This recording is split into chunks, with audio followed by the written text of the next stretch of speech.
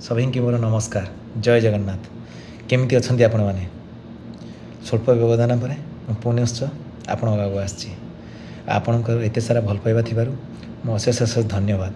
जो सम्मान आपण दौरान जो भल पाइबा आपण मो गल्प को देते से लगी सबुदिन आपण चिर ऋणी। आज्ञा ये सम्मान कथार मन पड़ा सम्मान जहाँ पाखे ना ता आत्मसम्मान को बाधिला भाया जिनस कम कले से केवे भी से जगह रही। जदि आत्मसम्मान कथा पड़ी चलतु आज आत्मसम्मान गोटे गप कह दिनकर कथा गोटे सांग थिला रमेश। रमेश बहुत भल काम करे प्लांट रे। मुझे देखा भितर आज्ञा से दिन राति ओनली काम काम जो आम ऑफिस रे बस अलग कथा कथा हो से तार काम विषय कथा हो कि ना कि अच्छी पढ़ुव सब बड़े फोकस करुव पचारुव यहीटा कौन सहीटा कौन सब बड़े से फोकस करे। मोर जूनियरटे थिला किंतु से सब बड़े फोकस करे। मुझे बहुत कथा बुझाए कि भाई काम कर एटा कर से सब हेतु कि मो सहित सब काम डिस्कसन करे अन्य कौन कथा नहीं। पिला माने सब इयाड़ू सियाड़ू कथा है से सब काम विषय डिस्कसन कर काम विषय भावुव कौन हुए। आज्ञा जानते सम्मान गोटे जिनस ना बहुत अलग जिनस। आपड़ काम कलापर आप असम्मान पाती ताल से जगार क्या मन लगे। से बहुत काम करे काम कलापर भी ताको आम देखा मत आम एचओडी या आम बॉस के आप्रिसीएट करती सहजरे माने कौन पाई मुझे जानी मे भी ताको से अनुभव कलापर भी से किंतु काम ध्यान दिए कामटा फोकस करे। तो दिनकर कथा एमती गोटे ब्रेकडाउन सडन आसला तो से काम रहा ए शिफ्ट आसी था ए शिफ्ट आसी अलरेडी दुईटार शिफ्ट ओवर हाँ कथा से दुईटार शिफ्ट ओवर नक 6टा पर्यंत रहा 6टा पर्यंत भी काम सरी पारानी सेटा सरू सरू बी शिफ्ट सरीगला राति 10टा होगला। तो प्लांट से आशा करूला कि प्लांट चालू करके जीव तो 10टा पूर्व जो प्लांट चालू है 10टा पर से गला ता परदिन पुणी ताको ए शिफ्ट आसबार थिला। तो गोटे लोक माने ऑलरेडी से 16 घंटा काम कर सारा पर केते टायर्डनेस थाए तापर पुणी सकाल राति 4 उठिक आसो। तो आसला तापर जो आमर 9टा बेले जनरल मीटिंग हुए रिव्यू मीटिंग सकाल हुए।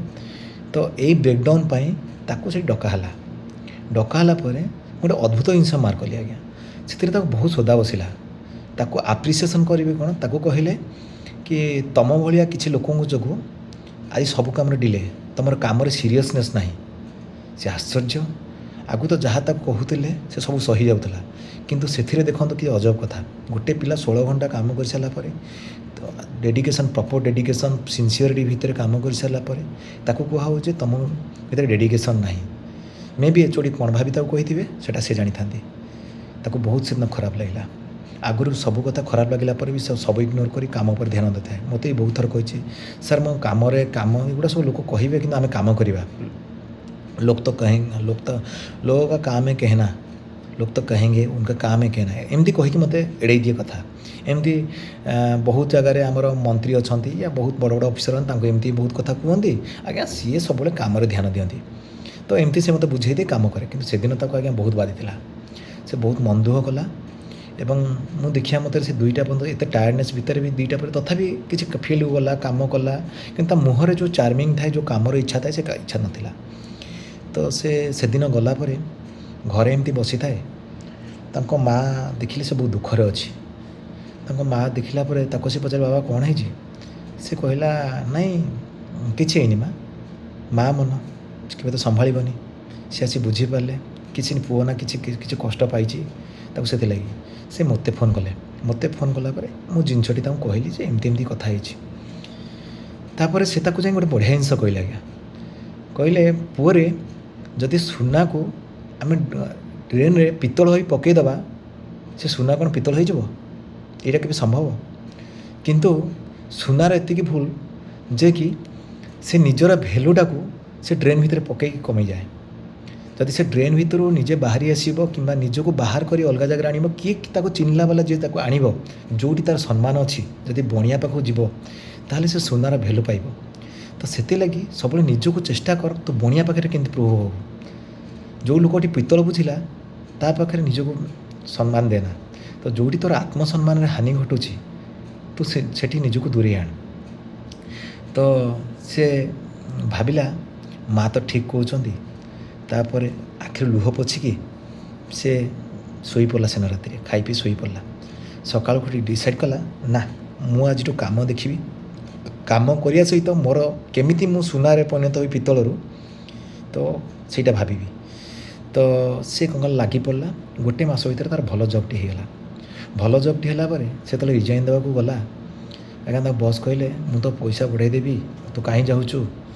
ତ ସେ କହିଲା, ସାର୍ ମୋତେ ମାଆ ଗୋଟେ କଥା କହିଛନ୍ତି, ସୁନା ଯଦି ପିତ୍ତଳ ହେଇଯିବ ନା, ତା'ର ଭ୍ୟାଲୁ କେହି ବୁଝିପାରିବେନି। ଯେମିତି ଗୁଣି ଚିହ୍ନେ ଗୁଣିଆ, ସେମିତି ଗୁଣ ଚିହ୍ନେ ଗୁଣିଆ, ସେମିତି ସୁନାର ଭ୍ୟାଲୁ କେବଳ ଗୁଣିଆ ଚିହ୍ନିପାରିବ ସାର୍। ତ ମୁଁ ଏବେ ଯେଉଁ କମ୍ପାନୀକି ଯାଉଛି ସେଠି ମେ ବି ମୋତେ ସମ୍ମାନ ମିଳିପାରେ, କିନ୍ତୁ ଏଠି ସମ୍ମାନ ନାହିଁ। ଏତିକି କହି ସେ ତା ରିଜାଇନ୍ ପେପର୍ଟି ସାର୍ଙ୍କୁ ଦେଇଦେଲା। ଏଇ ଜିନିଷଟି ମେ ବି ତାଙ୍କ ଏଚ୍.ଓ.ଡି କି ଖରାପ ଲାଗିଥାଇପାରେ, କିନ୍ତୁ ଏଇଟା ଆଜ୍ଞା ସତ କଥା।